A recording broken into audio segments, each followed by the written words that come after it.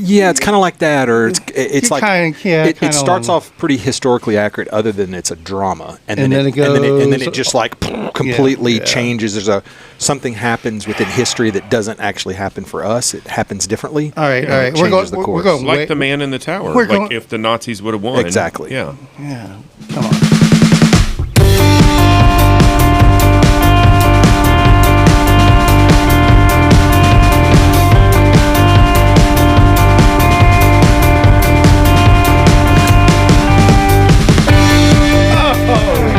Welcome once again to ShiftLess.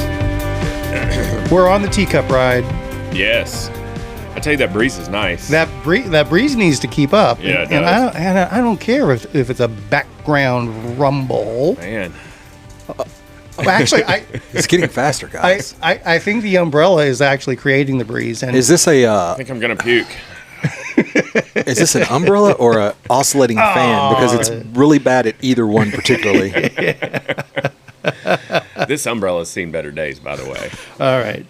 So let's see here. What do we got? So, Brad, please welcome DJ Caleb in the house. Hey!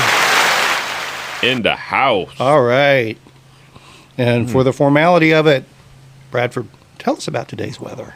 It's a little thick, even for my liking. I don't think I'm quite heat acclimated. But it looks like all that will break once this rain hits. We're supposed to get over an inch of rain today, I heard. Yeah, we're supposed to get beat up this afternoon. Yeah. Well, you know who else is not heat acclimated, don't you? Who, Dylan? Oh, man. So before I forget, and because I won't remember to ask you this afterwards, is it okay for me to leave my tomato plants out when it's going to rain like an inch plus? Those will be fine as long as there's no. I mean, you got tree cover. You're fine. Okay. Yeah. All right. You want that? I got those other ones out on top of that bin out there.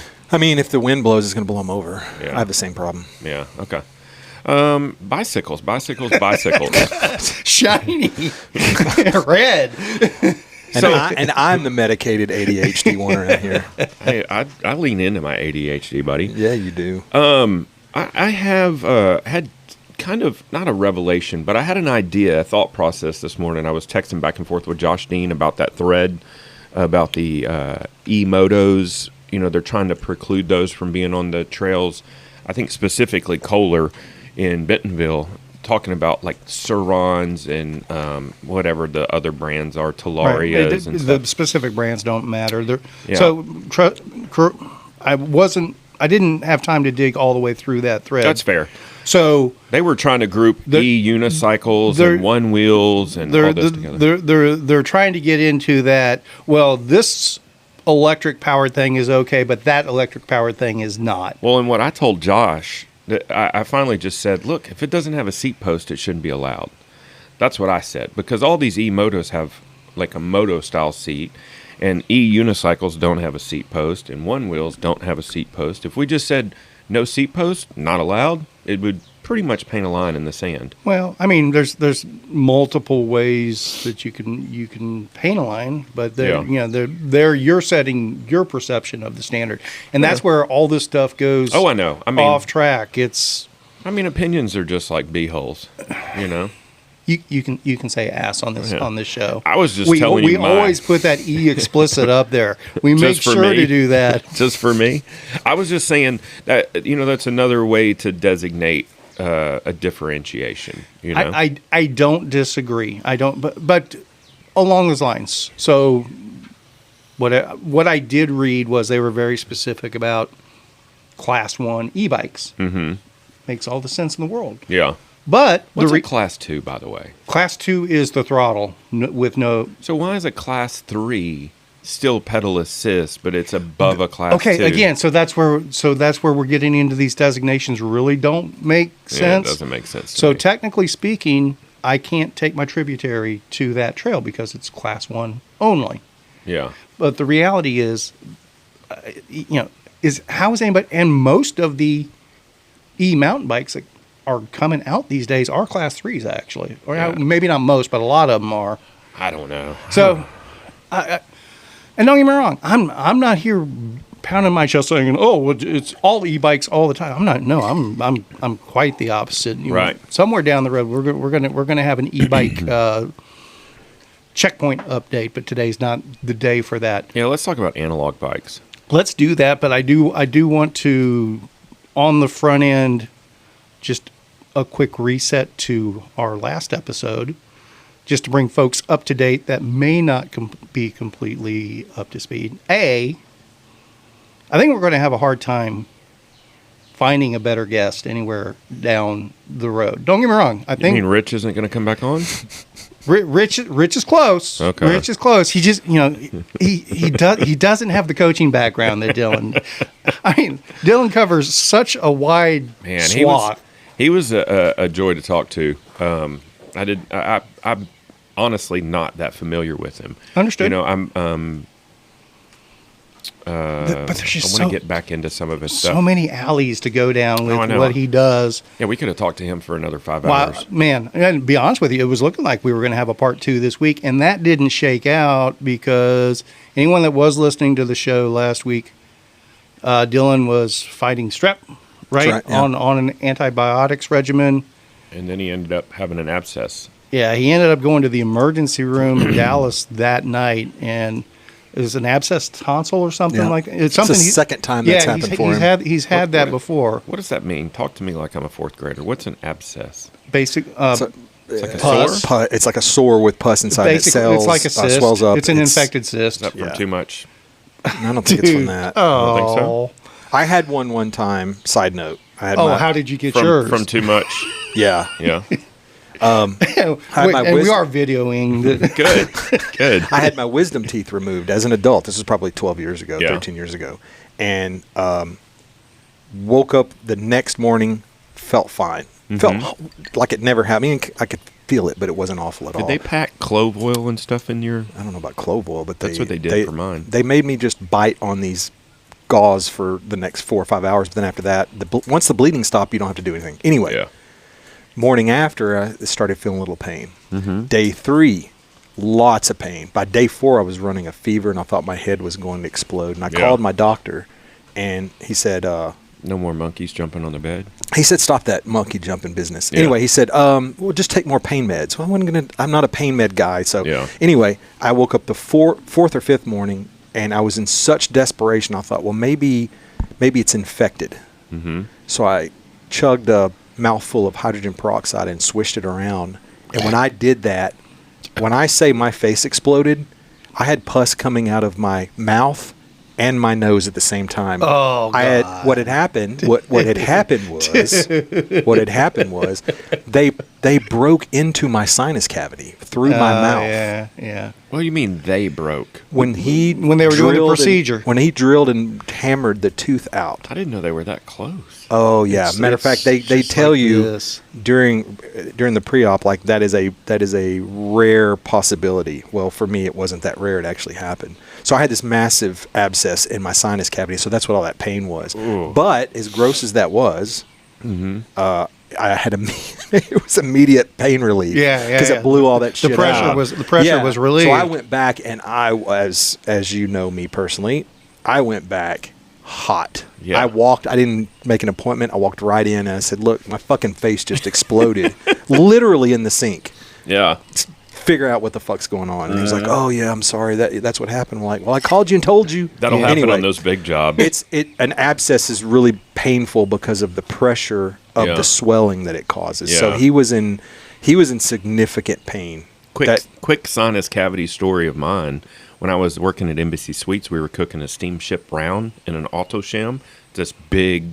Kevin, do you have any idea what he just said? It's like let him go. Like a closed steam cabinet, right? Steamship round is like something I should look up on Urban Dictionary. Steamship round is an entire leg of a cow. It's gigantic. Oh, yeah. Gigantic. Okay. And so it's been on for like 13 hours or something. And I opened the door to look at it, and I lean in, and the steam went into my nose and burned my sinus cavities immediately. And it hurt like shit, but that was nothing until it started healing. Yeah. And all the itching inside of my sinus, it was like You're just walking around clearing your sinuses. It was the itching was what was. Yeah. You can't scratch it. You can't get to it. Yeah. I'd never forget it. So, anyways. Did you lose your eyebrows that time? Not that time. Okay. We won't go there. Yeah. There was another incident 6 months before we got married where I was cleaning a flat top and I put ice water on it because that was our method, but it was overheating. And so I cleaned it off, and then I put oil on it, and I was hitting it with a pumice stone, and the oil got super, thin. And when I hit the back wall, it splashed up and hit me on the face and burnt just 6 months before my wedding. Yeah. And I looked like Rocky Dennison from The Mask. And I was like, oh, fuck, I'm going to look disfigured in my wedding photo. But I put vitamin E on it every day. She married you anyway, though. Yeah, she did. She knew what to choose. And she's still with me. God bless her. I don't know what is going on around here with that.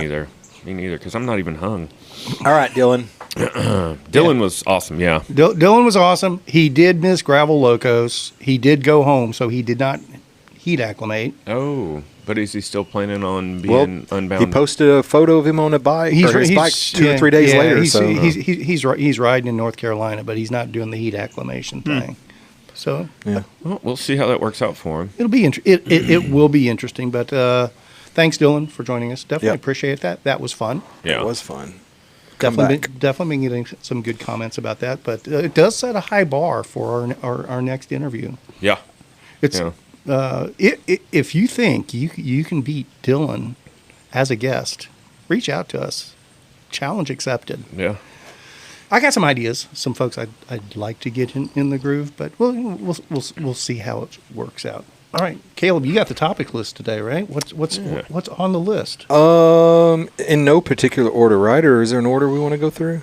You're driving, man. I mean, can I pick a topic? Yeah. Okay, Brad, you pick a topic. I'd rather you pick one. I want to hear about the Race King Protection Black Chili First Ride Report. First of all, we saw you last night when we were leaving to go to graduation. You were coming the opposite way across Hickory Hill Bridge right there, and I honked at you. Oh, I didn't hear you. Yeah, it's okay. Sorry, bud. It's okay. Yeah, I went out headed just towards my house. super easy, 15-mile. Yeah. Just like keep my legs.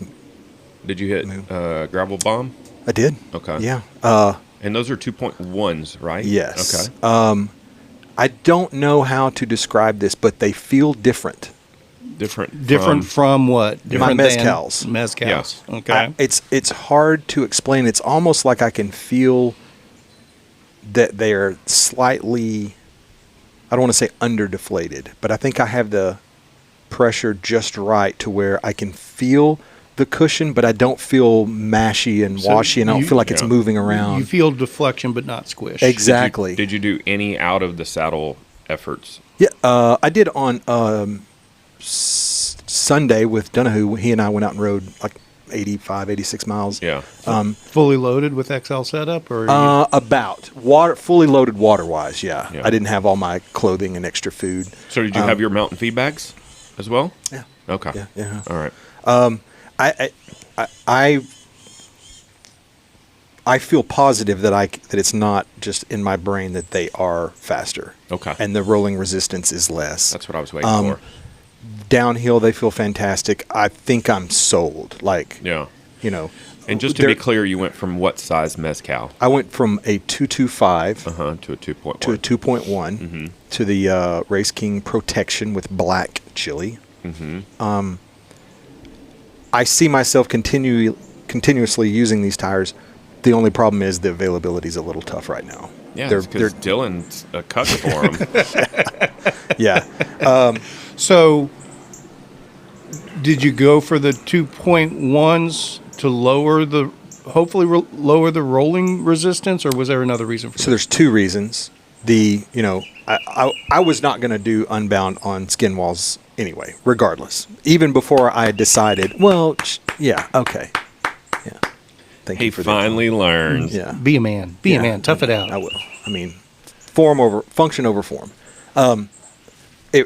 Prior to getting turned on to the Race Kings, I was not going to go to skin wall. So the two reasons, Kevin, is the significant rolling resistance difference, and then just the sidewall armor of these things. I mean, they're textured. I don't know if you've seen the sidewalls of them.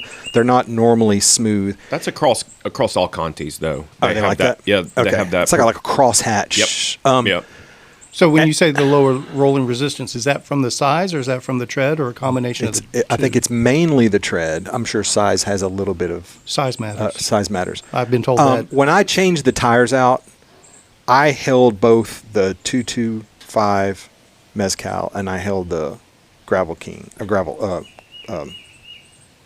Race King. Race King. I didn't feel a massive significance in weight. I could feel a little bit. Is there a weight difference? That's what I was going to ask. Yeah, they are heavier because of the... On paper. I can look it up. I don't know what it is. Even the 2.1 is heavier than the 225 Mezcal? It is. I could feel a slight weight difference, but I was expecting to go, oh, yeah, man, I'm... Okay, this is what I'm choosing to go with, but it's going to be in my head that it's heavier. But it really, I was just kind of going, wait, is it? Yeah, I think it's a little heavier. I couldn't tell a significant difference. But my left hand is significantly stronger than my right hand. Because you're since you were 14 years old, right? Yeah. But there's also there's different trains of thought as far as the rotational weight goes on an endurance event, because once you get them spun up, all you're doing is maintaining that. Yep. If you're not doing a bunch of punchy acceleration, then I wouldn't be that worried about rotational weight. Since putting them on, my riding style has changed because I have been in that zone 2 training mindset. Mm-hmm. So since putting them on, I haven't gotten to the top of the hill and then really mashed them to get back up to speed. I'm allowing my body to naturally, if it takes 5 pedal strokes, if it takes 7 pedal strokes, I'm not trying to get back up to speed in three strokes. So a revolution. So I don't really have a lot of comparison on that, but that's fair. Maybe the acceleration isn't as fast as the Mezcal because of the slightly added weight, but I don't have the testing for that yet. Yeah, but like I said, you're on cruise control anyway. Yeah, exactly. You're not going to be doing a bunch of punchy acceleration anyways. Whether I get back up to 13 and a half, 14 miles an hour in 4 seconds, or whether you rode those with Donahue on Sunday, and then rode again yesterday. How long was your Sunday ride? Sunday ride was I think we were 5 or 6 hours, maybe 6 hours. Yeah, okay. 6 hours. We were out there for 6. Yeah. Yeah. But who installed those tires for you? I did, buddy. How many tire levers did you use? 2. 2. That's cute. All right. So you don't believe me. So I took a X-Acto. I mean, I took a utility knife and just sawed it off. No, I didn't do that. All right. So new tires. Yeah. And you didn't shit your pants. I tried the Super Fuel, the Scratch Super Carb Load Fuel. Okay. Felt fine. Actually tasted okay. Has a limoncello taste to it. It's almost like a little bit of vanilla in it. Maybe I'm imagining that. Okay. It did not taste like their normal lemon hydration mix or something else in it. I drank it pretty quick. Yeah.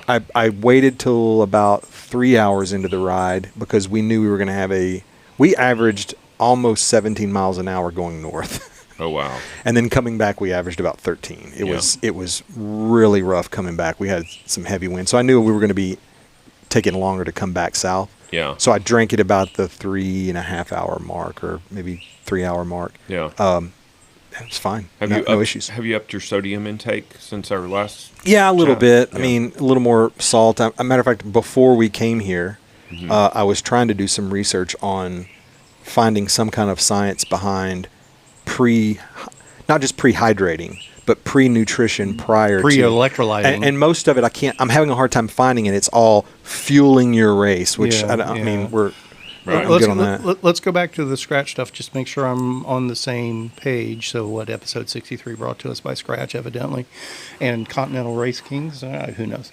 But,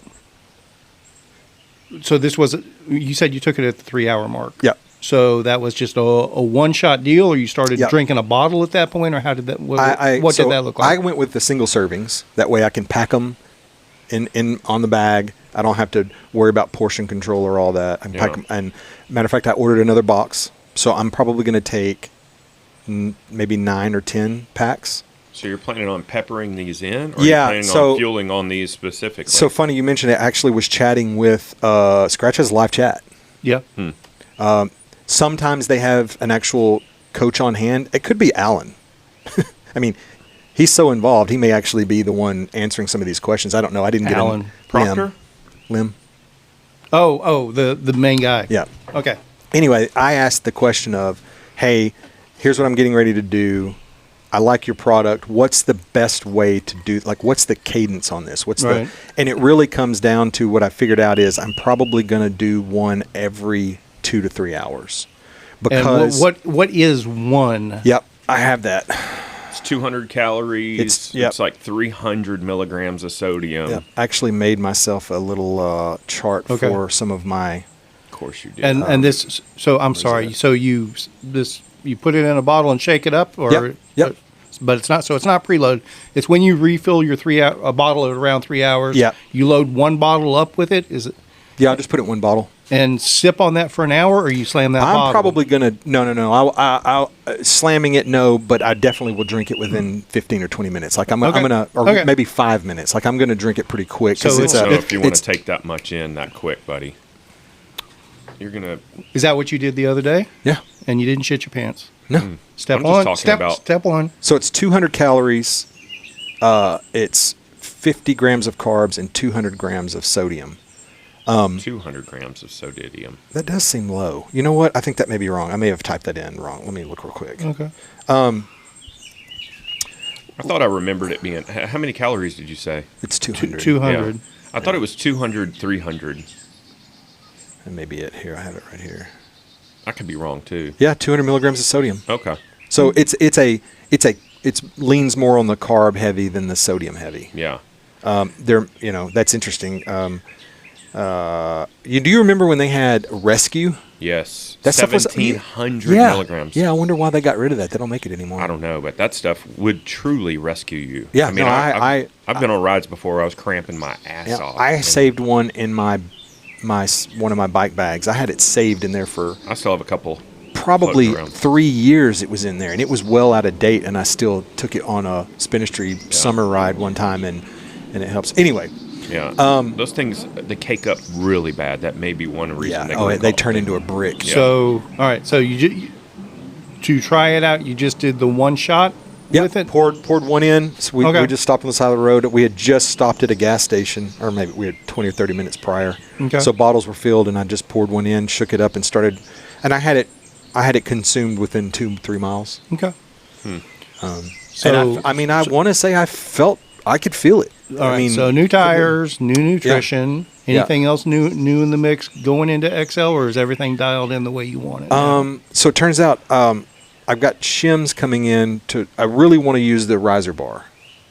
Okay. Unfortunately, neither of my aero bars would fit. Even this is the Redshift. The Redshift riser bar. Which you haven't mounted it at all yet? I did mount it. Okay. I mounted it. I took my bars off, put it on, noodled around.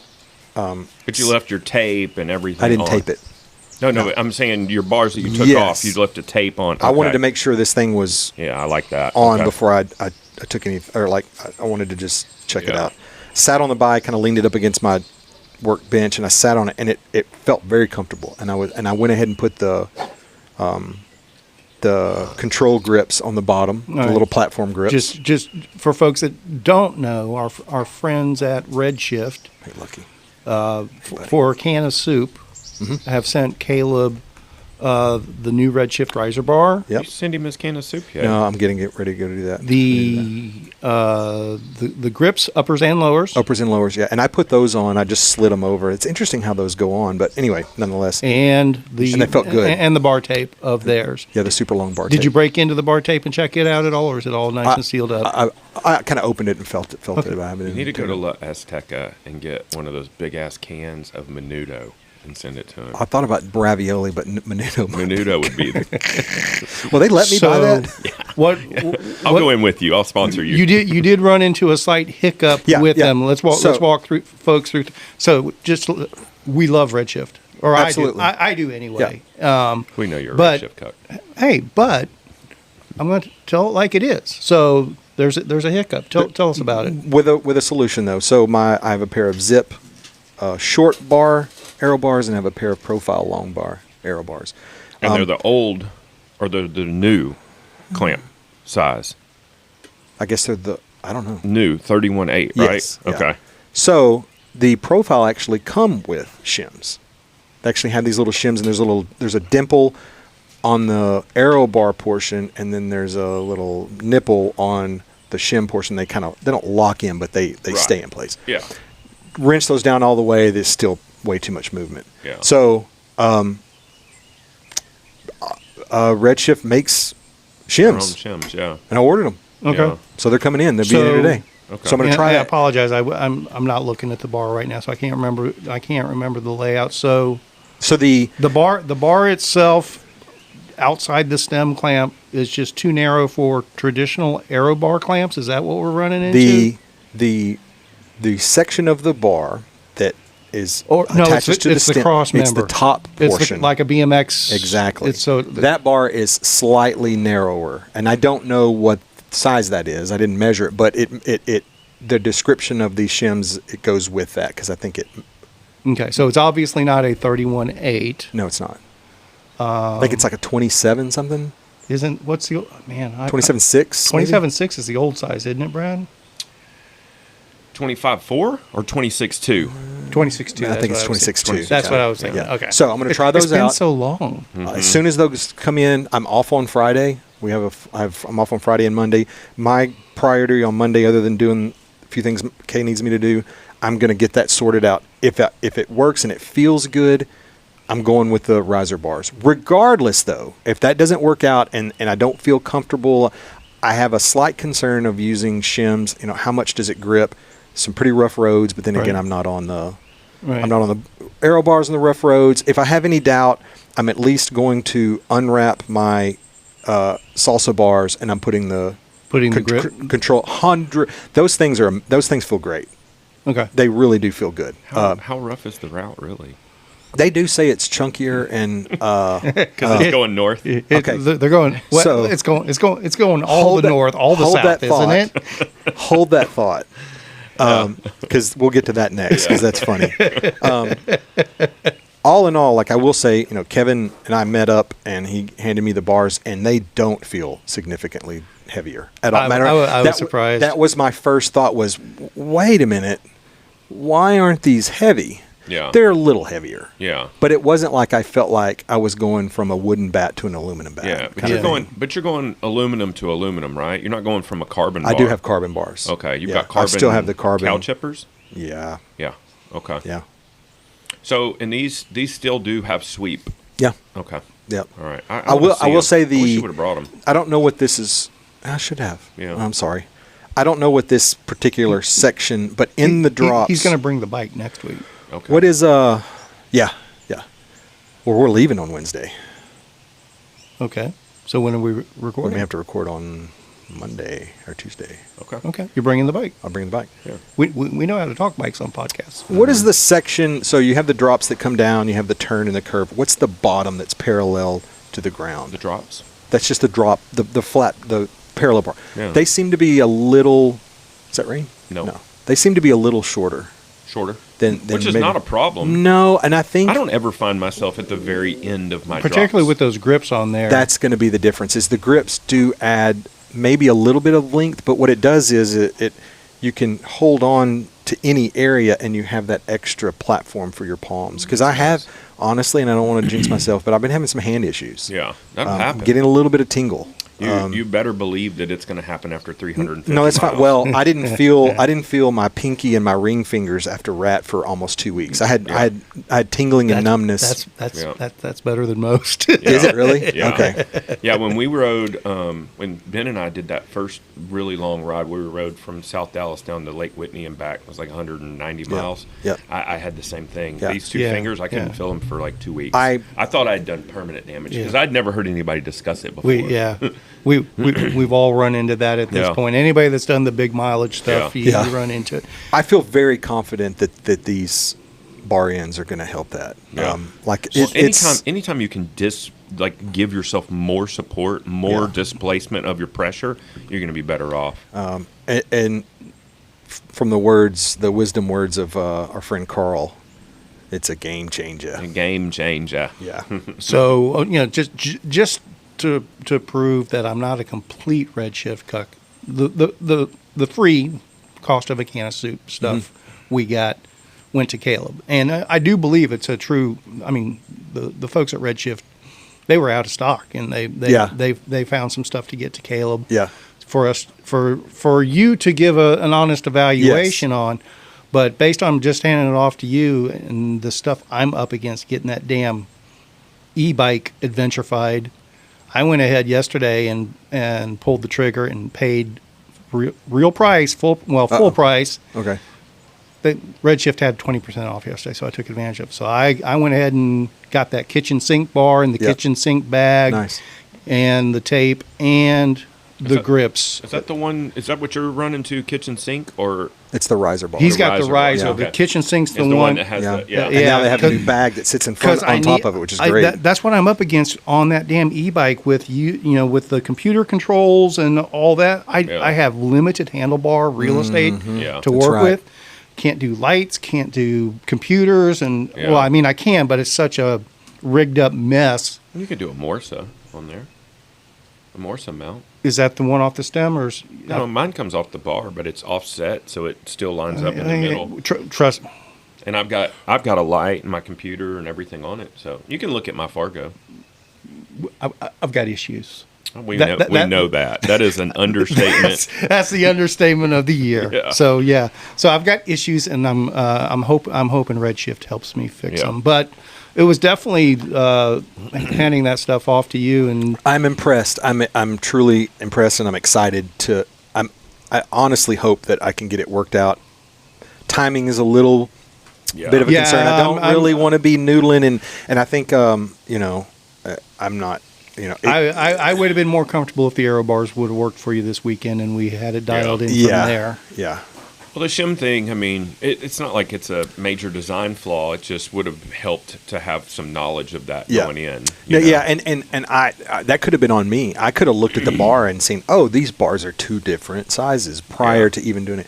But you don't I could obviously put them on and I could go out and do it, but I'm done with big rides. Yeah, like I don't even have the opportunity to go out. I mean, if I can get them on for Saturday, folks, great. If you're interested in the Redshift aero bars, just be aware, or the Redshift riser bars, and you're an aero bar user, just be aware but there might be an extra step. They make shims, and I think they're $7.99 or $11.99. Like it's not expensive, and if it works, it's well worth it. Okay, and I will.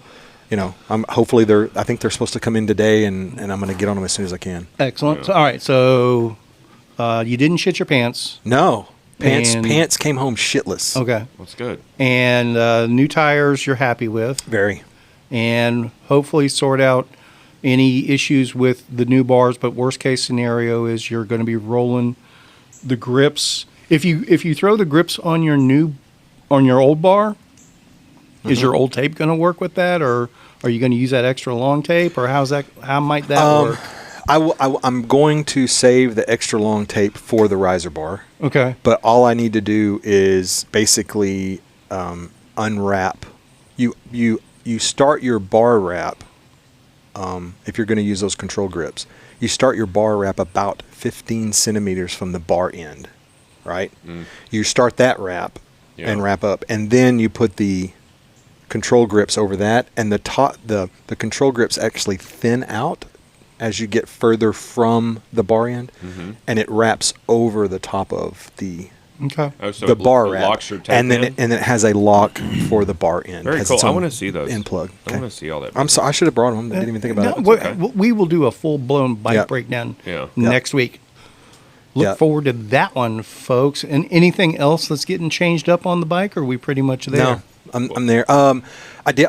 I got the B-Rad thing going on. Yeah. Did you already mount it? Yeah. And you rode it this past weekend with Kevin? I did, and it worked out pretty much as planned. Did you run a slider as well? I rode the slider. So the Cutthroat has two sets of bottle bosses on the down tube. Yeah. What I ended up doing is on the small B-Rad slider. What's that called? It's a slider. I think it's called the slider. Slide it all the way down, and I put my two bottle mounts. Okay. Fit perfectly. I can still get into my frame bag. Yeah. What this allowed me to do was take another slider on the seat tube, drop it all the way down, and now I can fit a full-size bottle underneath my frame bag, whereas I had to use a smaller bottle, and it was still very, it was actually pushing my bag up a little bit. Kevin Donahue had a great idea, and he let me borrow it's either the 2 or 3, the larger one.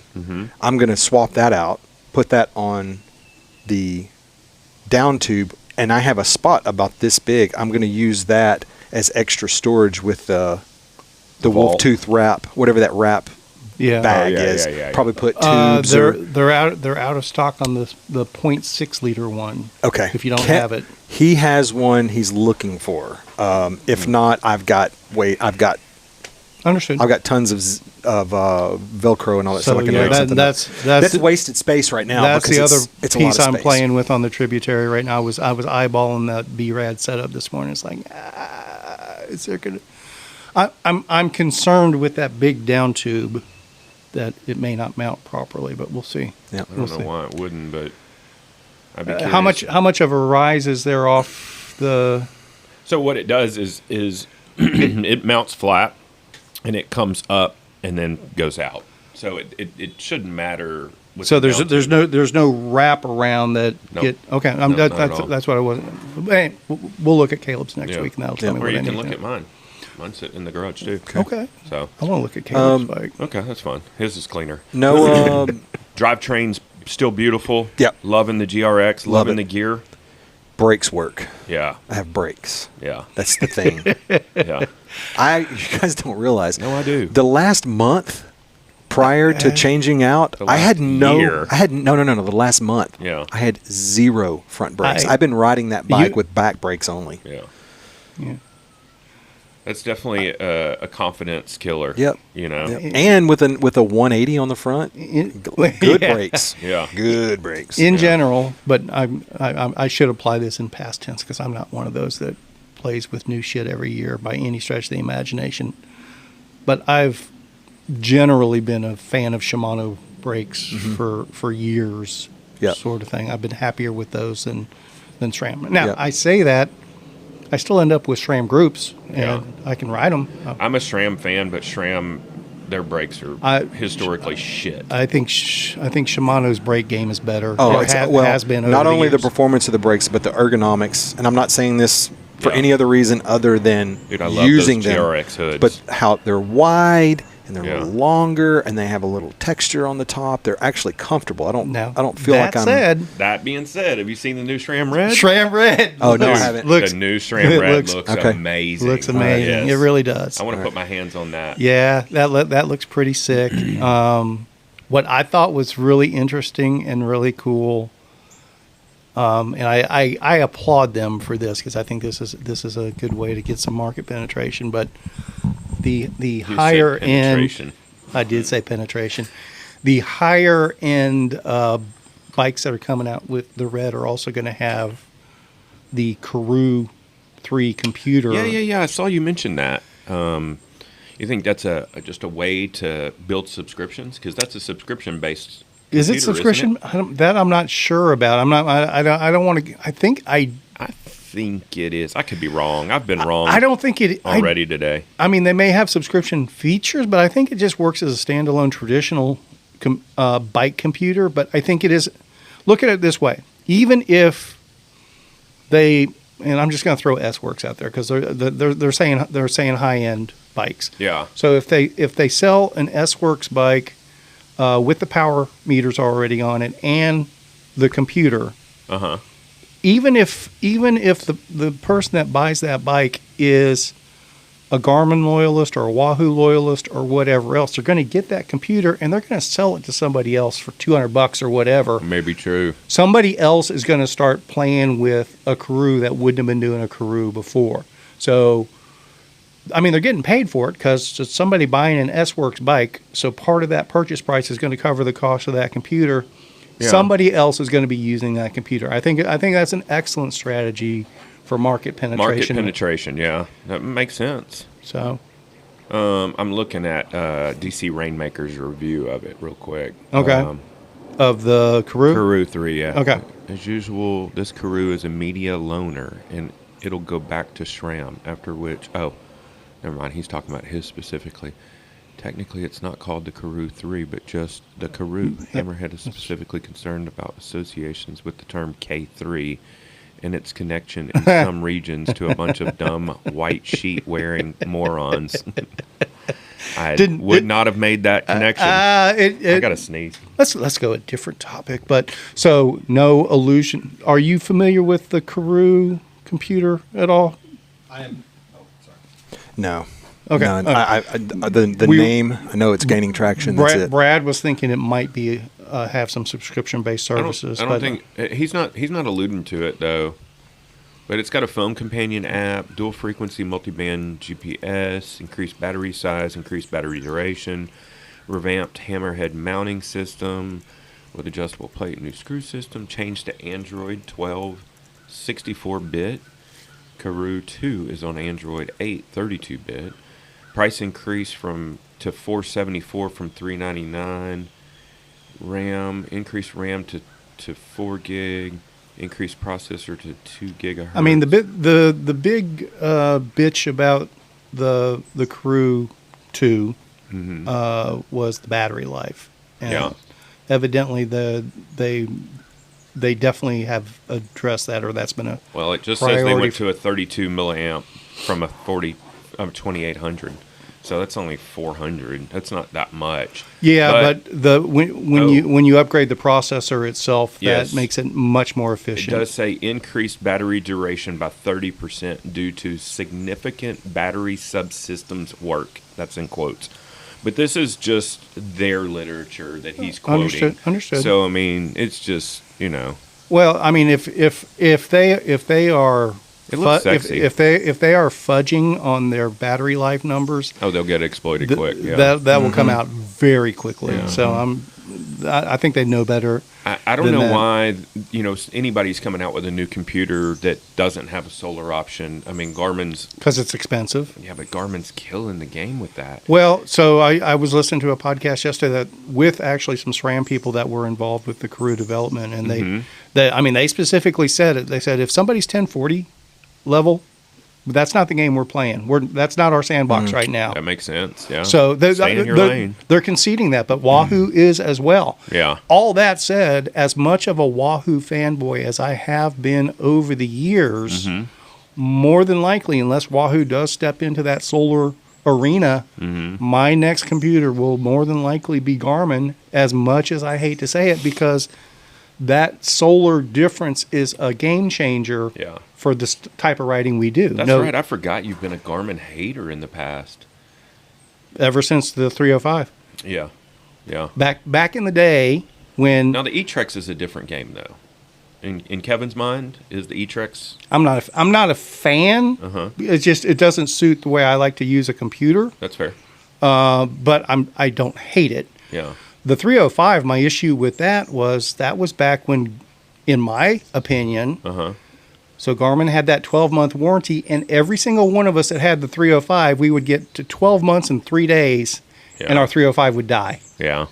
And I'm thoroughly convinced, I have no proof of it, this is not an allegation. In my mind, I was convinced that Garmin was doing actual software obsolescence there, where warranties expired, your computer just died. Yeah. And that pissed me off to no end. But then even after that, and everybody else talks about it, that Garmin user interface, and it's just not intuitive. It's a pain in the ass. Well, I'm guilty of not spending enough time with my Garmin setting it up. And there's been numerous things that I've had to figure out that I should have figured out before using the computer. Like, I accidentally hit the wrong button at one point, and it at like 3.11 miles. And so it started lapping every 3.11 miles. Every 3.11 miles, it would go lap. I'm not the most tech-savvy person in the world by any stretch of the imagination, but I do think I'm ahead of the curve compared to most.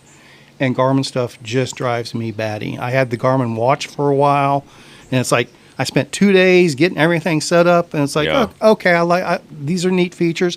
Then 3 days later, it's like, I can't even remember how to get to that now to do what I wanted to do. Yeah. But that said, I'm using the InReach Messenger over Spot now. It's a better tool, but I still run into the Garmin. You got to go here for this and there for that, and they do have too many apps. They've got way too many apps, too many steps to do everything. My theory on that is frustrating. My theory on the interface is, in previous models, again, this is my speculation, that I think they were behind on processor speed, and for things like that, you design your interface around what your processor speed can do. Yeah. Which still there could have been improvements. There's a lot of things they could have done better, but if you've got a slow processor speed, you can't do a lot of really dynamic, really cool things. Now it's a lot faster. Well, now the interface is getting a little better. There's a little bit of improvements, but the speed of the devices are a lot better now. And you're touching, and another issue I've had with Garmin's from the promoter side of things over the years is Garmin's. I mean, obviously, a spin history route is never just a basic circle. Right. We tend to do a little more complex routes than most events that are out there, which can drive Garmin's batty if you double back on the same spot or cross over or sounds familiar. Yeah, it does, doesn't it? Or whatever else. And in the early days, in the Edge 305 days, it's like, okay, it's tolerable. This is new technology. But then Wahoo's coming out, Ride with GPS, even on their app. None of those have these conflicts. And Garmin, up until last year, was still, don't double back on the same route. Be sure to turn off auto reroute and all that, or you're going to get, Garmin's going to screw you up. Now, finally, the 1040s actually work. Mm-hmm. But you have to go 1040 if you're doing I think even the 1030 is still an issue, or definitely the 800 series. So anyway, not Garmin hate, but just explaining why I've been anti-Garmin over the years. But that 1040 solar is appealing, but I would love to see Wahoo or Karoo or somebody else step into that solar game. Yeah, I'm surprised that everybody's not jumping in there. And they probably are developing it right now. I'm sure. Well, okay. Well, let's touch on that a little bit. First off, think about the technology spread. Think about the acreage of technology that Garmin has for mapping, hiking, marine, aviation. They have all these tools. Aviation is their bread and butter. All of this stuff that's been pre-developed. That they share technology with. Yeah. That's why it's so hard for a startup to get going, because they don't have the resource. Garmin has massive amounts of resources and research that they've been doing for years. Speaking of Garmin, I did the high school parade on Monday night, and one of the kids that Kieran was riding with, he's on the bass fishing team for the school, and so they're riding in the boat. We're pulling the boat behind the truck. And they have all these Garmin electronics, huge, like you're talking about the live cast or whatever it's called. Yeah, Active Target. He's got 2 displays up front and a display at the driver helm, whatever. Yeah. And they're all Garmin. I just noted, I was like, Garmin's thick in this game too. Yeah, my dad has that on his boat, and it's incredible. Like that screen on the front end of his boat by the trolling motor is this big, and they were smart enough to put anti-glare coating on it. Yeah, I mean, when I went out with him a couple of months ago, I mean, it was blue sky, sun directly overhead, and that thing was bright enough that a lot of times if you're just looking at your phone on a bright day, you have to pull your sunglasses down. Well, and I mean that touches on a good point. I mean, for whatever reasons with this 1040 series, Garmin seems to have addressed the glare issues. They addressed the screen brightness issues. They addressed the screen navigation issues. Is what it works with. Water on the screen and everything now, gloves. The touch is way more responsive. Yeah. It's freaking awesome. So Garmin, for whatever reason, what they traditionally, all their big stumbling blocks that they just kicked the can down the road and just ignored that it was even an issue, they addressed everything with this 1040. Yeah. Which, that's cool. And so I was not running a heart rate monitor, and Shannon brought me a heart rate monitor, and it was, even for a dipshit like me, it took me 10 seconds. I put it on, I put add product or whatever it was, and it detected it, and it said, "You want to connect?" Yep. And it was done. Yep. And that's all the stuff that everybody else did well that Garmin wasn't for years. Right. And now they finally do. Yeah, because I had a 530, I think, and I tried to add 3 different heart rate monitors to it. Yeah. And it never wanted to play nice. And I was like, well, fuck this, you know? So then that brings, so another, what our other big story that popped up this week was, and this kind of feeds into is why I'm going here. Yeah. Kona's back. That's Kona very cool. Is back. I didn't get to read that whole thing. What the teal? How is it back? Does that mean it's not for sale any longer? Correct. Okay. The original ownership group took it back over. Not Kent. No. The original owners. Uh-huh. The guys that sold it to Kent, they took it back, and they're dropping the direct to consumer model, and they're going back to bike shops. Yep. Oh wow. And that is completely different than what everybody else is doing in the marketplace right now. We're seeing more and more. Quite frankly, that was. I love that they're supporting that. Like, it makes me want to buy a Kona now. I don't need a new bike, but it really does. It really does. I'm going back and saying we're going to go back to supporting bike shops 100%. I'm wondering what their thought process is behind that, because I mean, like, even you set that blip. I didn't get to read this either, but that Moots is now direct to consumer, evidently, which I would not think Moots would do that either, because they're all about small business. I understand, and that's I want some clarification on that. But I guess I tried to dig into it a little bit, but evidently, I guess Moots will sell direct if you don't have a dealer. Well, that's how a lot of bike companies have done in the past. I understand, and I don't want to dig too deep into it. There's stuff I got in my email yesterday that makes me think that they're going more direct, but maybe not. I hope not. Okay, that's fair. But I love that Kona's bucking the system and pulling back on direct to consumer. And they said no more BOGOs. Don't even ask. Don't even. Did they really? Literally said that. Yeah. Well, good. Yeah. It's you need to dig into it a little. Yeah. There's a letter. There's a letter from the new owners that were the old owners, and it's really cool. So that one was a positive in my world. Kona going back, and they're staying in the Pacific Northwest too. Good, yeah. So I mean, and the Ouroboros is still a hot drop, right? As far as I know, I don't think they talked. They talked about the new products in development are. Did you tell them they need to get rid of the press fit and it's good to go? Why is anybody speccing a bike with press fit nowadays? It's so stupid. I don't know, but. So the Kona news I see is good news. Obviously they're not going to turn it around in 3 months or anything like that. This is a long-term project. Oh, yeah. I'm happy to help out however I might be able to. The Envy stuff we talked about last week, I thought that was good news, and it's kind of in the same vein. It's like these bike brands are coming back to the passionate bicycle people, which I think is really important. It's not just the bean counters and the chief financial officers and things like that, but also, Wahoo kind of falls into that fold as well. So, Wahoo's been stagnant for several years now. And as much of a Wahoo fanboy as I was for years, realistically, they only have 2 computers, right? They have the Edge and the Roam and the Bolt. The Roam and the Bolt. That's right.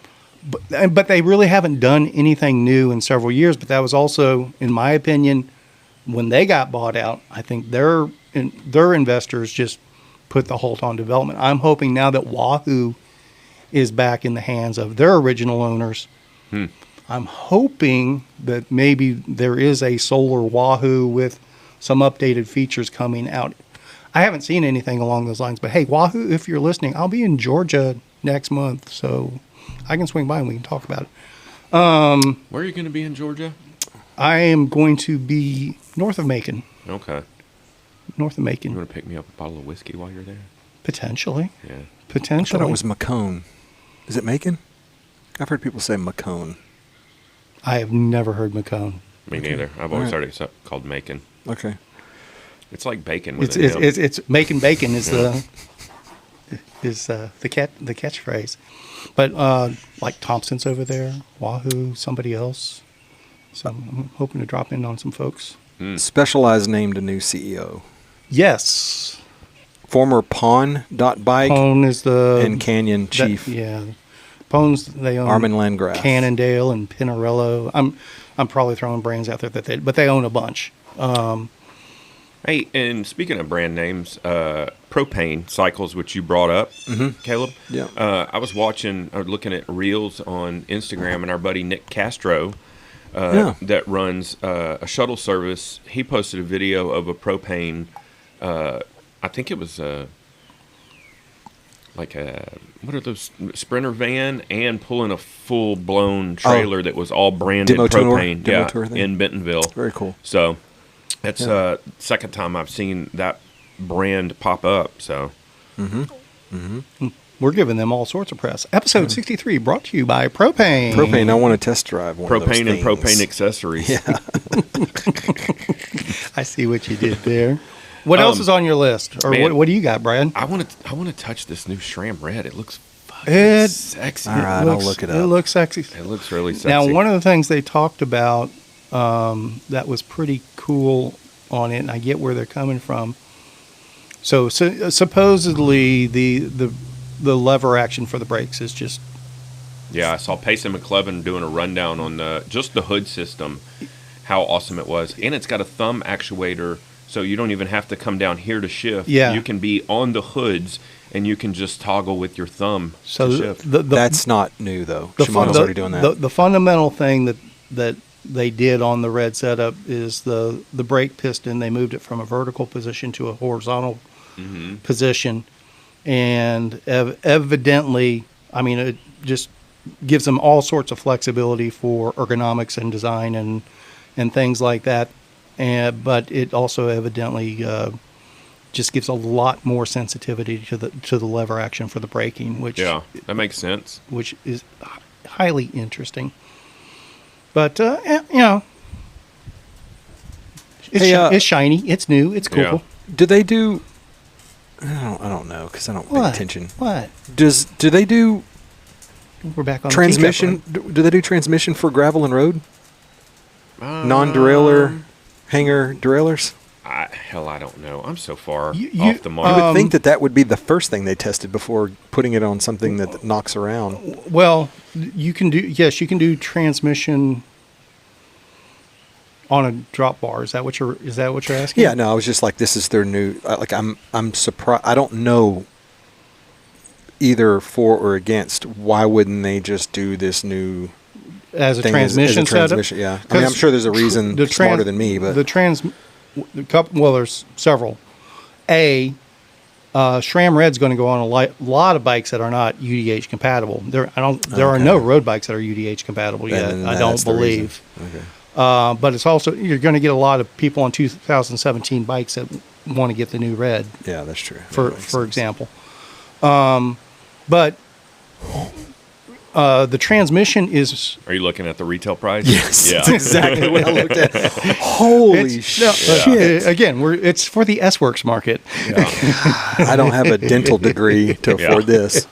The transmission is a durability heavy piece of equipment or setup. Yeah.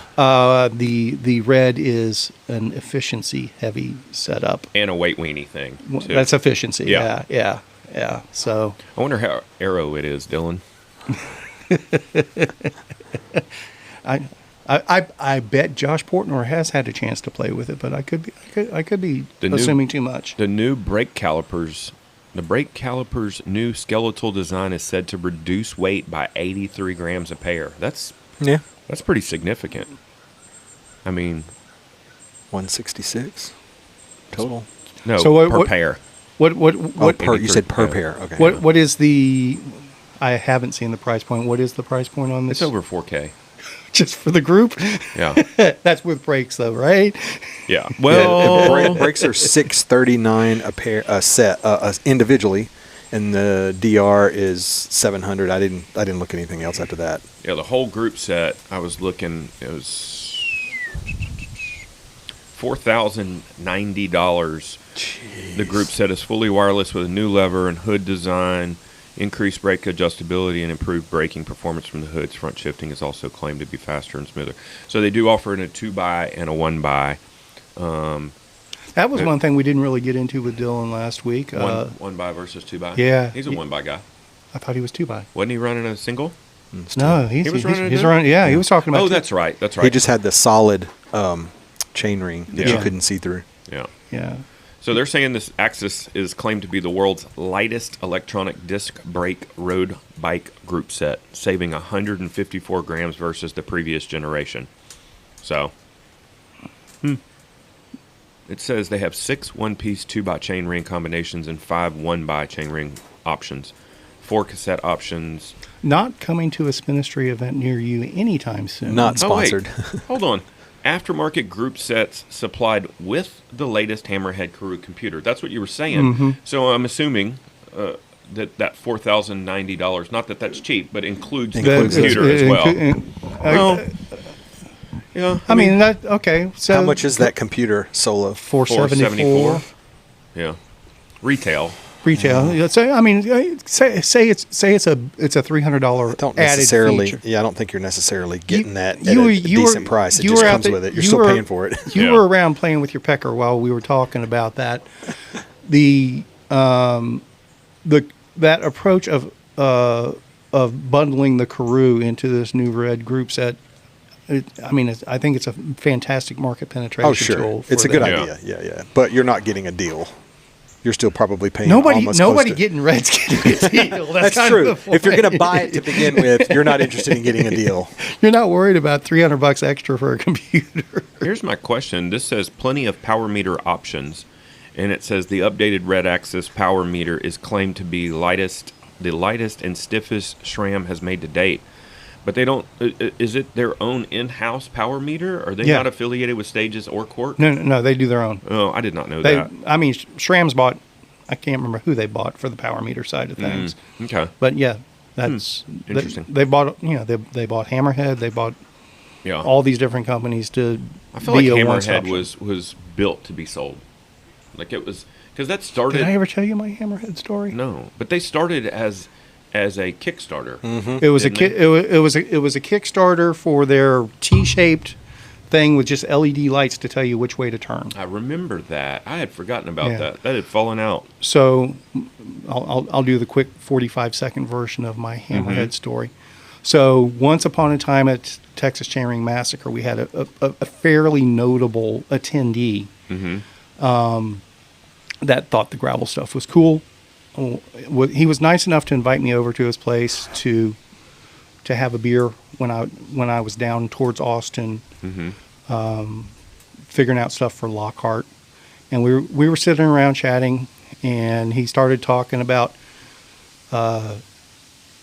he's always got his eye out for off the wall brands for investments and stuff like that, and I brought up this company Hammerhead.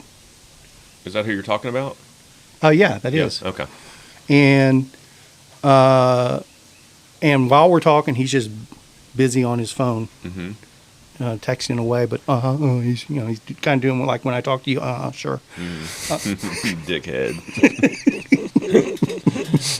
Now you know how it feels, Kevin. Finished my beer and went on home. And when Hammerhead was sold to SRAM, I saw that one of the big investors in Hammerhead was this gentleman. It's like, are we not allowed to say his name? What's the deal? I don't. I'll let people infer it. I think Austin explains it enough. Yeah. And the glasses we're drinking out of. So it was Willie. Yeah, exactly. And it's like, would have been nice to get a taste of that. I'm sure he made some money on that deal. Oh yeah. But anyway, so yeah, the new red stuff, pretty sexy. It is. It is. I bet you can pick it up at Mellow Johnny's.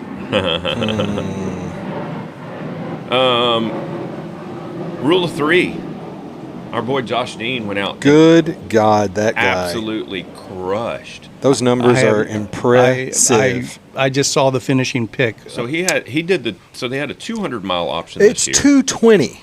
It was 213 was his final. Was it? It was over 200 miles. I'm looking at it. I'm looking at his Strava. I'm not arguing it. I'm just saying I'm looking at his Strava and it says 220. Oh, okay. Hey. So 20 extra miles in that area, that's not easy. 20 miles. Well, the 200 miles in that area is not.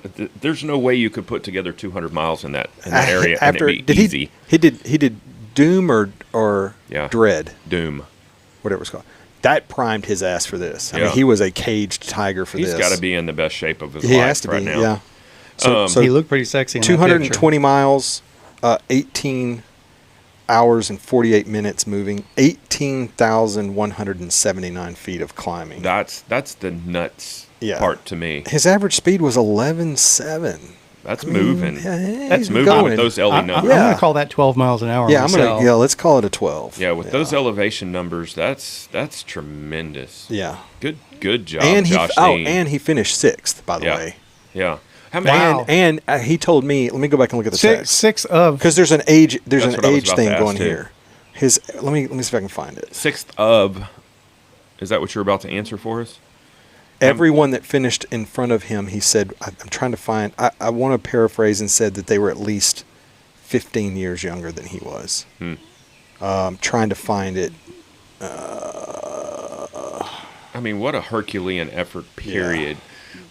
But I don't know how many people were in the 200 period. Right. Anyways. I mean, even if it's 7, it's a hell of an accomplishment. Oh, yeah. But I'm just curious, 6 of how many. And I'm curious what the attrition rate was for that, because it's going to be it's going to be high. Yeah. Now that said, that's a big, ridiculous. I did get a effort. Friendly little text from Josh yesterday with kudos on the Dylan episode. He enjoyed that one. Yeah, he was texting me this morning saying that's one of his favorite episodes. Anyway, that guy, he moves away from here and he just starts just blows eating up. everybody alive. Yeah. Love you, Josh. Good job, sir. Good job. We're very proud of you. So, rule of 3 this weekend.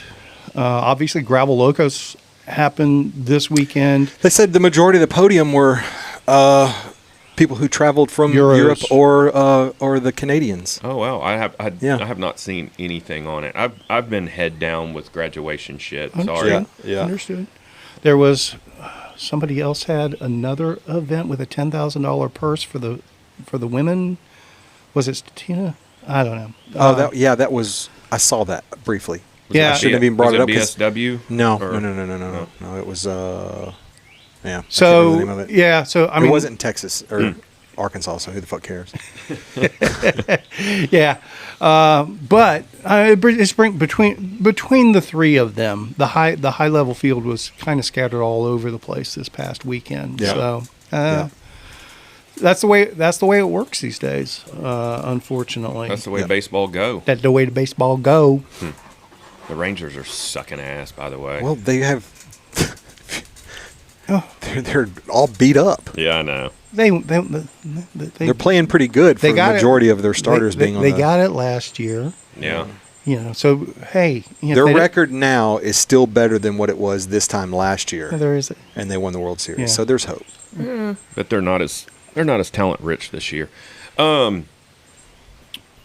It's just going to make it that much easier to go to Big Bend. Spin Industry Palooza is November 8th. Yes. Is that correct? Yes. Okay, because I got hit up to do a yoga retreat that weekend, and I wanted to confirm. So I'm going to turn that down. Okay. I appreciate that. Terlingua. I appreciate that because we've got Viva we've got the camping reserved. So we're going to. I mean, technically, sign up is open for it, but we're actually, when this episode drops, that'll be a good timing to start promoting Spin Industry Palooza 2024. Yeah. How many spots? Same amount? No, Mucho más. We're going 50-50. We're going 50 openings for the 100-miler single day. Okay.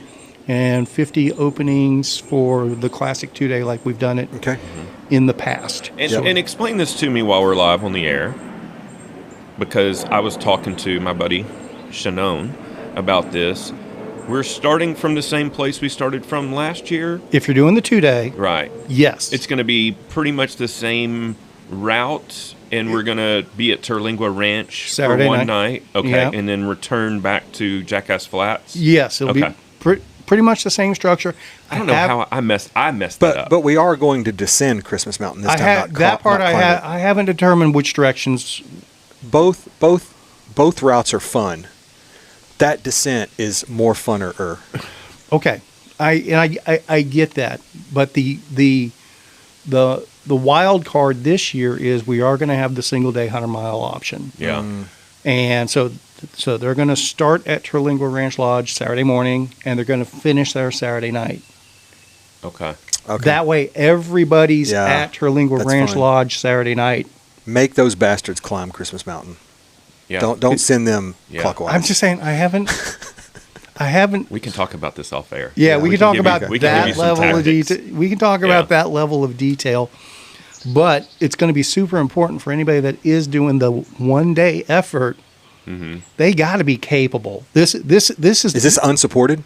Yeah. Well, I mean, you're not going to do a water drop for the racers. No, we'll have water stops. Water, yeah. Okay. We're gonna. What does the elevation look like for that 100-miler? Is it 8K? That sounds right. Yeah. That sounds right, but I don't pay attention to those because none of those numbers are ever accurate. I understand. But if it was just a window, it's probably 7 to 9. I think Ride with GPS calls it somewhere around 8 to 8.5, which means it's probably closer to an actual 9 to 10 is the way that usually works. But that's fair. I don't know that for certain. I did a fair amount of walking and cussing, but it's super, super, super important. Anybody listening to this, don't sign up for the 100 unless you are an experienced backcountry rider in heavy duty terrain. There is nothing out there. You can literally die on this route if you need to know how to change a tire, okay? And I'm bringing this up because you mentioned last night. He's pointing at me. I am pointing at Caleb, DJ Caleb, heading out for the Unbound XL. I'm gonna put a little bit of pressure on him because I found this fascinating. You dropped a little text. You were on a Zoom call. Yep. For Unbound XL. And which is not a beginner event. It's 350 miles. Yeah. Once again, in the middle of nowhere. Self-supported. In the middle of nowhere, truly self-supported. Yeah. And but anyway, so this Zoom call was for all the participants? Yes. Yep. Okay. And so it was a Q&A session. Yeah. And it was half Q&A, half giving us like kind of a writers meeting sort of thing. Pre-riders, because one of the announcements was here's the time and the place for the pre-race meeting. Did they tell you anything that was surprising as far as the pre-riders meeting, pre-racers meeting? They did say one of the chitter chatter within the group right now is that there is some concern that there is a convenience store that technically on Google Maps and their contact information claims that they close at like 9 or 11 or something. Mm-hmm. And there'd been rumors going back and forth that no, they're going to stay open or blah, blah, blah. The race organizers said they had already confirmed with all the gas stations, but they will reconfirm with this one in particular that they will be open. And they talked about they bring in extra staff, they bring in extra product, they know what so they are prepared for this. That's pretty cool. Apparently there are people who will hang out in the parking lot to also offer assistance, whether it's spraying off bikes, like people will bring water pumps and if you need that. Fingers crossed we don't need that. They talked about making sure you've got your GPS tracker set up correctly, and then those who are renting because they are offering a rental service for tracking, and then it was a Q&A session, and that was just so you said surprising. There were some unexpected questions. Yeah, shocking questions. So at this point, I don't know any specifics along those lines. So if you're signing up for this, one of your questions shouldn't be what percentage of the route is really chunky. Yeah. Your question shouldn't be, hey, what bike is everyone taking? Your question should be, your Camelback? What is the best tire? I was a little surprised. I'm not trying to be snooty about it,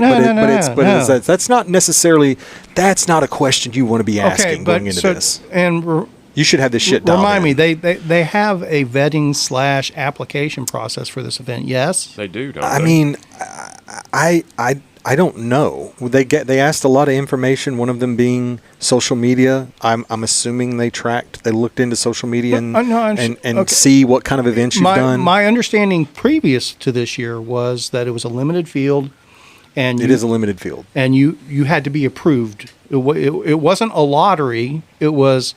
You had to have qualifying events. Yes. You had to prove your medal to even be accepted, sort of thing, ahead of time, was my understanding previously. I think you had to have done the 200, right? They did. I believe that was a question if you'd participated in previous lifetime events. Which ones were they? I don't recall them asking for race results or.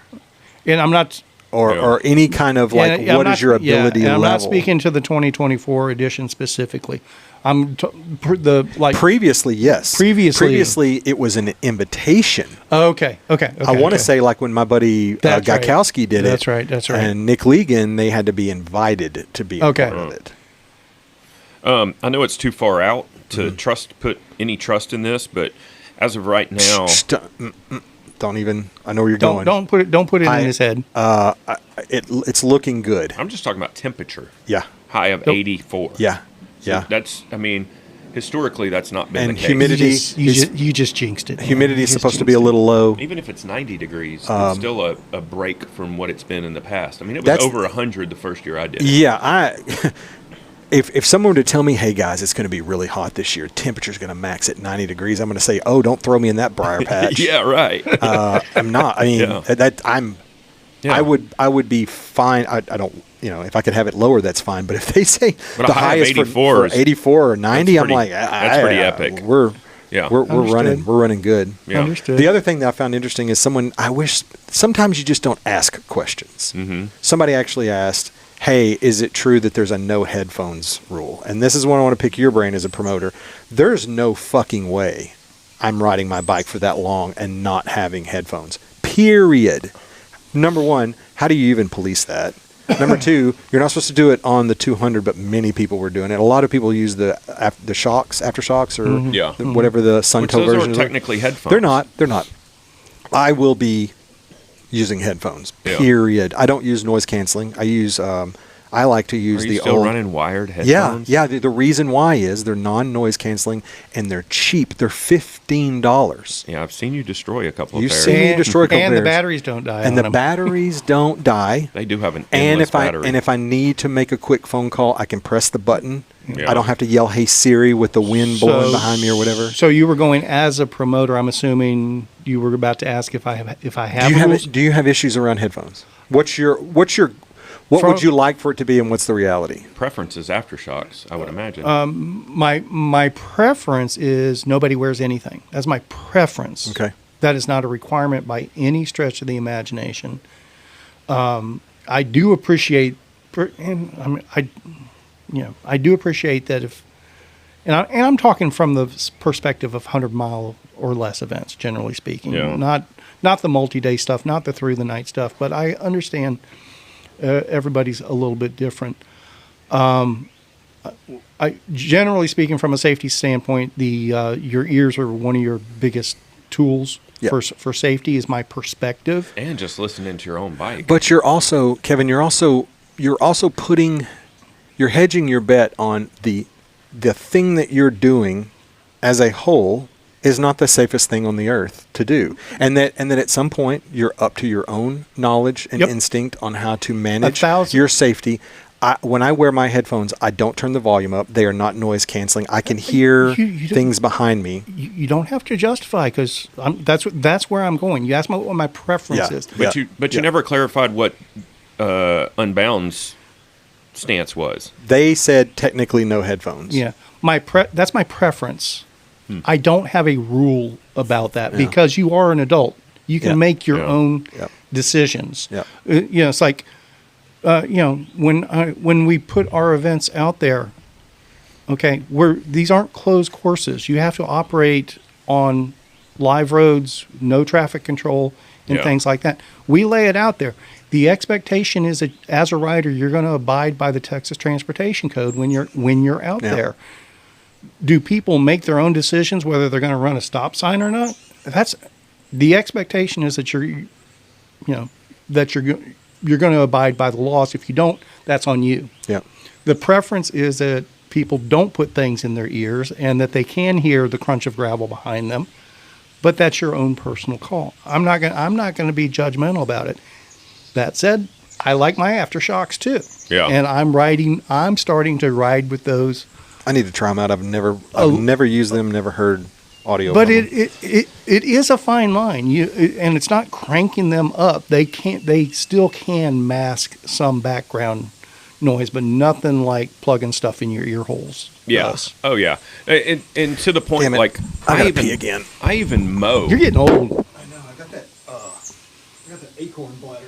I even mow with my aftershocks on and put earplugs in.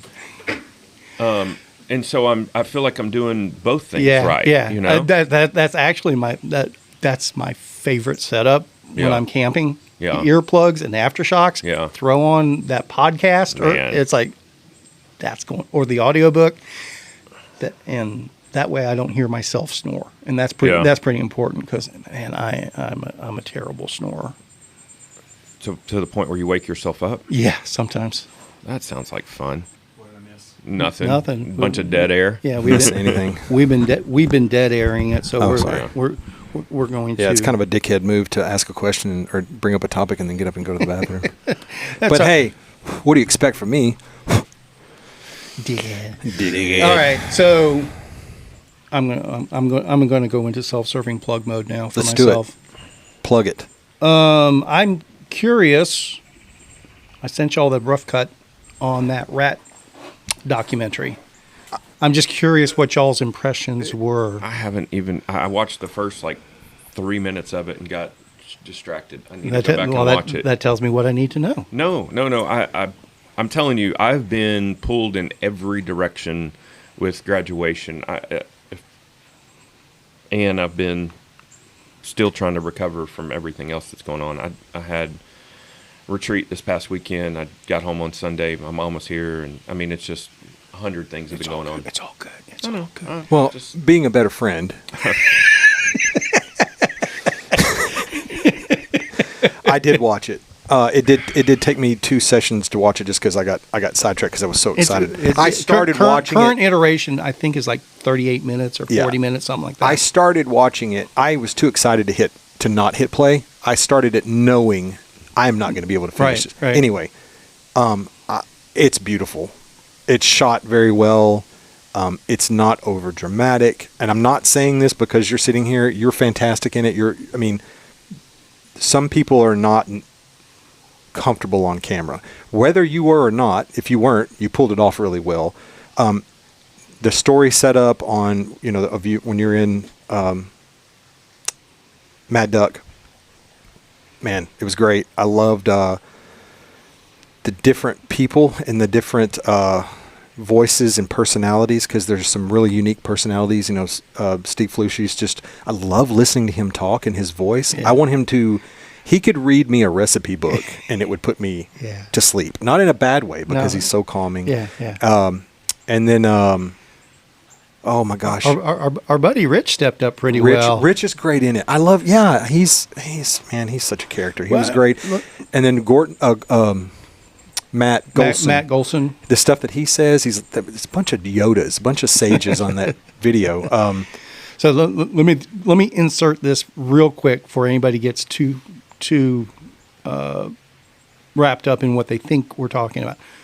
This is a documentary that somebody, third party on their own, just reached out to me. Hey, I want to do something on the rat. Are you cool with that? I'll be honest with you. If I were to commission something like this, I couldn't ask for better, in my opinion. Anyway, and you come from that marketing ad background.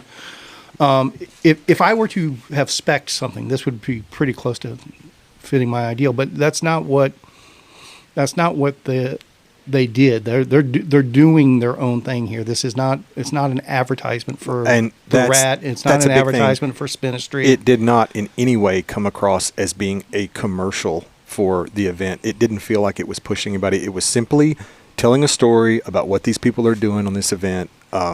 Came off very, very authentic. And this is the rough cut. This is the rough cut. And they and this is his first project of anything like this. So I was pretty impressed with what he put together so far. Well, the 87 seconds I saw, it looked great. And it pulled at my heart a little bit because I remember those sections. Well, so there's certain parts that I go, and especially seeing it from a drone's point of view, going, wow. So that's from a participant. So what I liked about it, I'm recognizing from a promoter's perspective, a route creator's perspective, as a participant. I thought they did a fantastic job of getting the feel of the rat and what the event is, and better what it's not. Yes. It's not painting a picture. Right. I think they hit the nail on the head. Yes. This is what the rat is. Yes. And the few shots of people riding in their wind jackets are just starched in the backwards direction. Really did a good job of showcasing it's not necessarily the route that you're battling. It's the elements. It's the weather. Because Kevin always likes to say weather is a factor. Weather is always a factor. Did you guys read Guitar Ted's blog post about Unbound that I sent y'all? No. I meant to include that in the notes here, but I forgot. What? I don't remember seeing that. I don't remember seeing it either. I am such a horrible. I have not even. Oh, I didn't post it to you guys. Good. God, okay. I didn't drop the ball on that one. He has an walk interesting. me through it. Let me see. This is going to make for interesting listening. What about the i9 wheels that you sent us a link to? Tell me. I looked at that, but I couldn't see anything major about that. Especially at that price point, they were still running alloy hoops. Well, it was geared towards big hit riders and e-bikes specifically. Oh, That was the takeaway from it, but it was still. It was what, a $1,400 set of wheels. But I was like, why at that price range? They're heavy. They're heavy duty big hit wheels basically, but still pretty lightweight. Was the nuts and the bolts of it, and that does go back to something I've been saying for people talk about wanting the carbon hoops for the lightweightedness of. The reality is, generally speaking, there isn't a big weight advantage. No, I don't. If you want to say there's a stiffness advantage, I'll give you that. But I think there's a durability advantage. There can be until they catastrophically fail on you. That's true. And I think it's hard to separate old carbon layup to new carbon layup. I think carbon wheels now are way more bulletproof than they were when they first came onto the market. But the true benefit that I've seen firsthand of carbon hoops is you can break 2 spokes, 3 spokes, and they're still true. The hoop is not affected by spoke tension the same as an aluminum. Spoke is not as integral to structure on. I get that. So that's a big deal for me. And I'm not saying that from an anti-carbon wheel perspective. That's fair. I'm not saying that at all. I'm just saying too many people knee-jerk it. Oh, it's carbon wheels are going to be lighter. That's what I'm going to do. Yeah, that's not typically the case. However, my Nexty hoops came in, and they're sitting in the garage. And I don't know if I told you this, but they had sent me, because I bought them through eBay, and they sent me a request like saying, hey, so sorry, we don't have those weights. Will these weights work? And it had a link to go to eBay to reply through their messaging system. And I would go there, and I wouldn't be able to reply to the message. It wasn't even listed in there. And so I was like, well, I guess maybe they'll just ship them. So they sent me another request, and I went to reply, and I was like, well, I didn't really know what to do. And I would open eBay on my computer versus my phone, try it multiple ways, and it didn't work. And so finally they sent me a third request, and this is like a week and a half after I've ordered them. And I responded to the request. I just responded to the email. And they go, okay, great, we'll get those shipped out today. And they're still coming from a slow boat in China. and they said they'll be here mid-June. They were here less than a week later.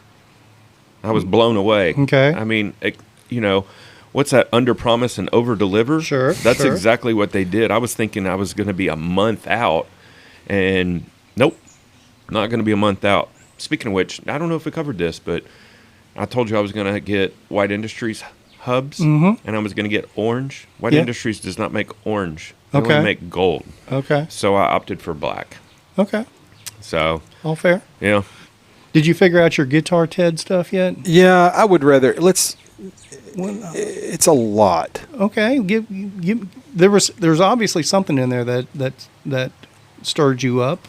Well, what's the gist of the article, generally speaking, or the blog or whatever? Unbound's evolutionary changes further distance events from its roots. Okay. Basically, it's saying, in typical Guitar TED fashion, interesting opinions. Not saying I agree, not saying I disagree, but it's around things that one of them being some of the issues that have popped up from the female elite arena, which I have no position to argue for or against. I don't want to touch it. I don't have a connection to that. Understood. One of them is talking about Ben Sachs disappearing, and the replacement as the new race director. This is the first I'm hearing about. Yeah, this. Ben Sachs is gone. When did this happen? Yes. We don't know for sure. It's just all of a sudden there was a changeover within the last week to this guy, Sean Thurman. But Ben Sachs is no longer a part of Unbound or Big Sugar. Or Lifetime is that's the thing, is they're not being transparent about it. Sure. Did he leave, or did they ask him?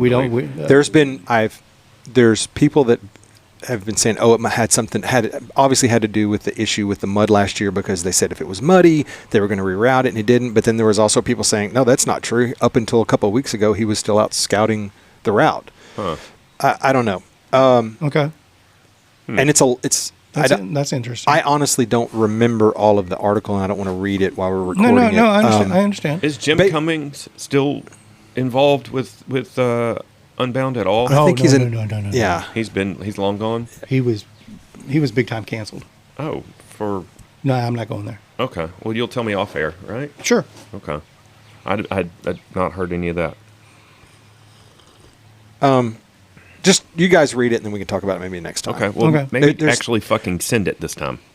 Well, I did send it. Speaking of sending, I just saw that you sent me this. This is a joke, right? It's not a joke. What is that? Kevin, this is a... It's a jersey. It's a cycling jersey made by Caselli, and it has a goddamn hydration bladder built into the jersey. Okay. This might be the second dumbest thing I've seen since Rodeo Labs buckled bibs that got me blocked from his Instagram account. We got to go there. Yeah, that's a dead sexy bike. That Rodeo, bike is 100%. So those bikes amazing. are incredible. First year I did Rule of 3. There was a Rodeo Labs team group, and they all had the same custom painted. I guess probably a trail donkey, and it was dead sexy. Was that I didn't dig. Was that a custom? It was a custom painted everything bike. Yeah. Okay. Yeah. Okay. That thing is so beautiful. Yeah. It is the Miami Vice bike. Caleb hit the nail on the head when he sent it to our group text, and he said, "Garrett, calm down." It literally looks like every piece of clothing that guy wears when he comes for a ride. It looked like it was custom painted for Garrett. Yeah. His needle redlined on that one. It just needed a tiger stripe saddle. Yeah. It'd be awesome. Yeah. But that was a dead ass sexy bike. And so I thought I was showing y'all something, but obviously you just didn't include me when y'all were talking about it. Beautiful bikes, stupid bibs. Do they still make those stupid bibs? Yes. So they're discounted from $150 to $125. So these stupid bibs are buckle bibs, right? Yes. The shoulder straps wrap around and you clip them into the lowers. Is so dumb? Yes. And they posted that a couple of years back. Caleb got canceled, and he blocked me Yeah. Let me see if I can find the link. What was the comment you made? I was truly, as you guys sitting here, I was not trying to be a dick. Matter of fact, I even said, and with all due respect kind of thing, like paraphrasing it, like, I don't understand how this can possibly be any easier. Matter of fact, it looks like it's more difficult. And I think I said, I don't need my riding buddies to buckle my bibs after I stop to take a shit or something like that. Right. You said with all due respect. With it says it right there in the Geneva Convention. But also, that means you can say whatever you want. You can. It says it right there in the Geneva Convention. There has to be a level of humor and understanding. This Apparently is not. bicycles. Well, evidently not. Rodeo but Labs. But here they are. It is a front buckle, though, right? No. It's a back buckle. It's in the back, I think. Hold on. They're called the Explorts. Yeah, I'm gonna fucking make fun of you. You banned me from your Instagram account. Yeah, dumb name. Explorts. Episode 63, not brought to you by Rodeo. Those don't have buckles on them. Yeah, they're right here. They're in the back. The 2.0? Right there. Look where that guy's hands are. They're in the back. They buckle at the butt. But the hip. the 2.0s do not have buckles. Is that the 2.0? It's a 1.2, so they stopped using the buckles, but they're still selling them. Yeah. Well, because they've got the stock they got to get rid of. Yeah.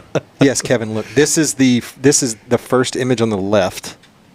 Is the backside, and the buckles are just above, like the kidney area where they connect. And it's a crisscross even. Yeah. Look at. Yeah. Exactly. It's. Look at this guy's hands. Sense. They're turned around backwards, contorted. Can you imagine you're about to shit yourself and you're trying to find the buckle? How can you have a bicycle design that is so incredibly beautiful, that is so functional, and then you come up with this garbage?